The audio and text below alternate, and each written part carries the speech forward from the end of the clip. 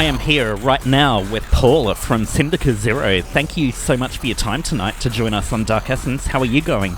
Oh, I'm doing fantastic, Josh, and hello, everyone. It's good to be back. Yeah, it's been 13 years since your last album, Blindness, and 13 years since you were last on Dark Essence to be interviewed. It's great to have you back on the show, and very unexpected to see Syndika Zero back in action. What led to you reactivating the project?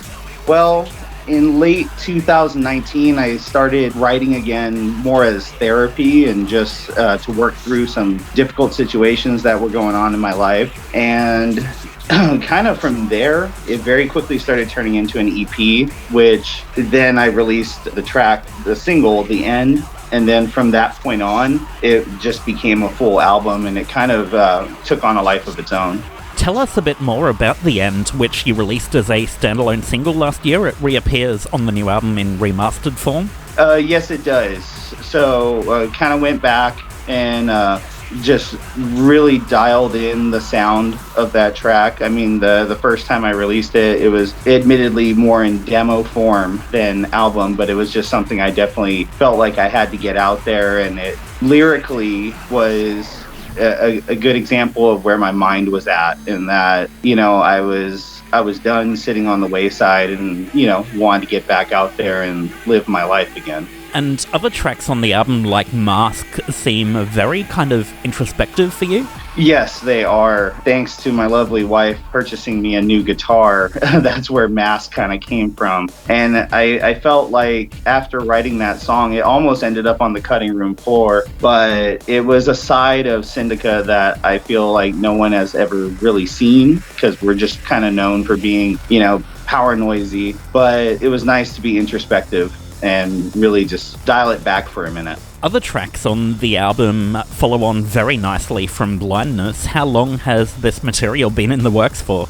So most of this material started, I would say, early 2020, around the time quarantine kind of happened. And, it was a lot of frustration and anger around that situation, and just having an outlet for that. And so as time has gone on, I've added to that original batch of songs, and that's where Every Day is a New Disaster comes from. I just had to read this quote from back in the day, that Syndika Zero is like being pistol whipped while a broken transistor radio plays Sinatra extremely loud.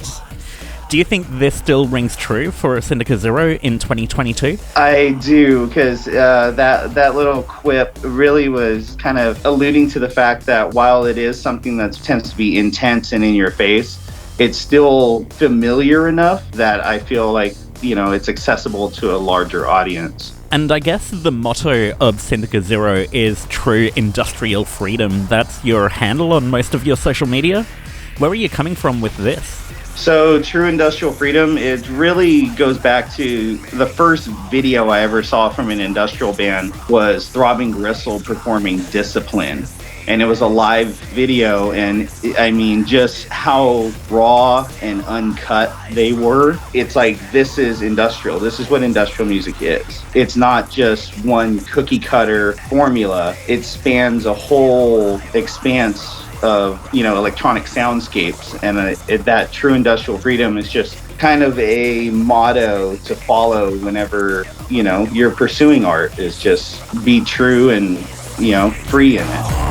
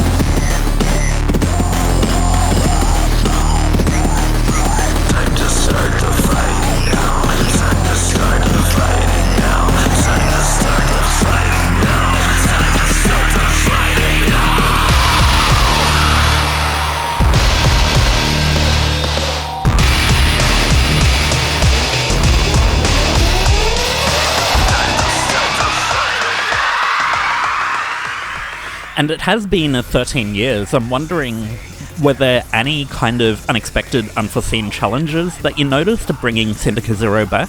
Well, for one, a lot of the promoters I had worked with previously are either no longer doing it or have moved to different locations. And I haven't really been able to get in contact with a lot of people. That is slowly growing again. But there's definitely some hurdles to essentially going dark on social media and all other outlets and then coming back. You know, it feels a lot like when we first were getting our sea legs and, you know, initially pushing our demo out there. And what about in the wider industrial scene? What changes have you noticed since you were last active in the late 2000s? Well, the one thing I noticed is definitely a move towards the industrial bass genre. It's really some exciting stuff there because I almost feel like after the aggro tech of the 2000s, what we kind of fell into was synthwave, you know, and the derivatives of that. And it's kind of interesting because I do feel that industrial bass is a natural progression for electronic music as a whole because it's aggressive, but it's still gritty. It's not necessarily overproduced. It's really exciting stuff. As well as reactivating Syndika Zero, you're getting involved in remixes again. You recently did one for Brian and Gasoline Invertebrate. Have you got anything else in the works? Not at the moment. I've kind of put the feelers out there, and there may be some things coming down, but nothing confirmed as of yet. Back in the day, Syndika Zero was a fairly prolific live act. You did a number of festival appearances, and you did a few shows with Waste, Accessory, Alter de Ruin, and so forth. Do you have any plans to bring Syndika Zero back to the stage? Most definitely. At the moment, that's what I've been working on mainly, is getting the live sets put back together, getting the live act dialed back in before we were to hit the road. But I would see that coming in 2023. That's the current goal for live performance. And with the album now out, what is coming up next for you? So at this point, it's really just promoting this album and getting it into the hands of as many people as I can. You know, a lot of people have been great with that, with sharing the album as well as getting it posted on their socials. Thank you so much for those of you who've done that. But at the moment, I think we're going to be focusing on getting this live show on the road again in 2023. Thank you so much for your time to join us. We've been here with Paula from Syndika Zero. To finish the interview, would you like to choose your favourite track from Every Day is a New Disaster and tell us why?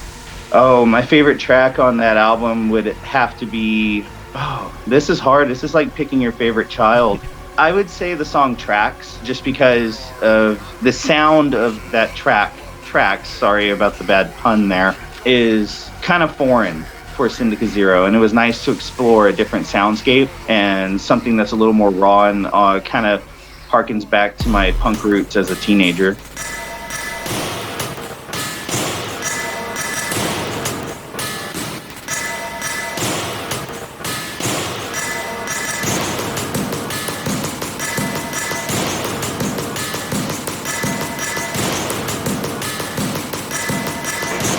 I understand you're not from a large city area. Are you from a farm or a small town? Small town.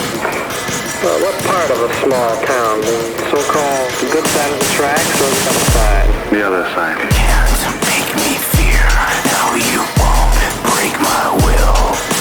Let's make this clear that I am hard to kill.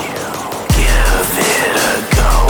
You'll see it's hard to die. This you will know only if you have tried.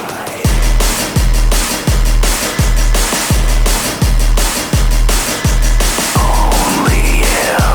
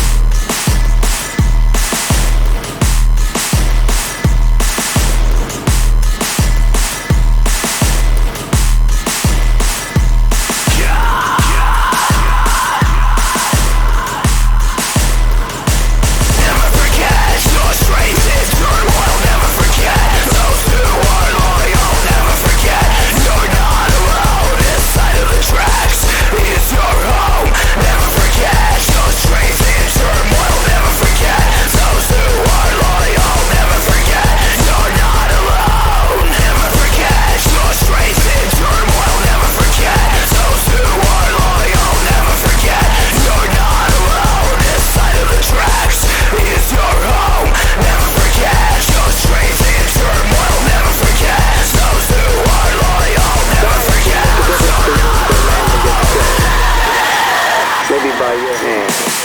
I wouldn't nobody worry about me if I got killed or anything. So I don't worry about anybody else. If I'd killed him, it'd just been another death to me, though.